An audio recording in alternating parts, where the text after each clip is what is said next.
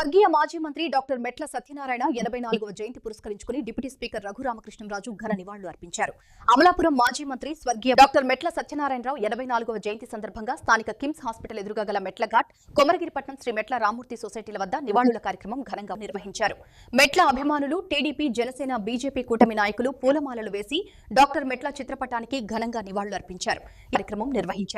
ఈ కార్యక్రమంలో Amalapuram MLA Aithabathula Anandarao, Mummidivaram MLA Datla Subbaraju, Kothapeta MLA Bandaru Satyanandarao పాల్గొని నివాళులర్పించారు.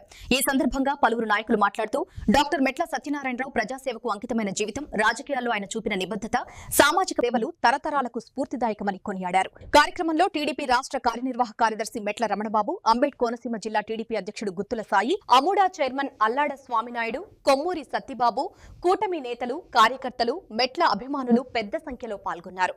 ఈరోజు వారి జయంతి సందర్భంగా ఇక్కడికి వచ్చి వారికి నివాళి అర్పించగలగటం నేను ఎంతో సంతోషంగా భావిస్తున్నాను. ఎందుకంటే ఈరోజే నేను ఇక్కడికి ఆ జయంతి రోజున రావటం, వారి కుటుంబ సభ్యుల్ని కలవటం నాకెంతో ఆనందాన్ని ఇచ్చింది.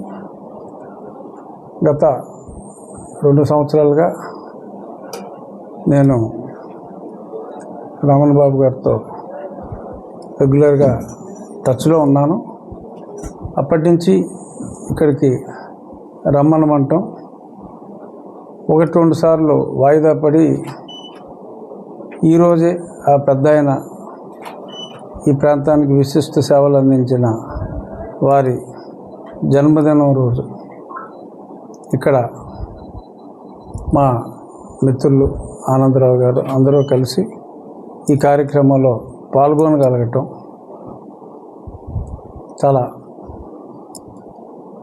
సంతోషకరమైన, అంటే ఆయన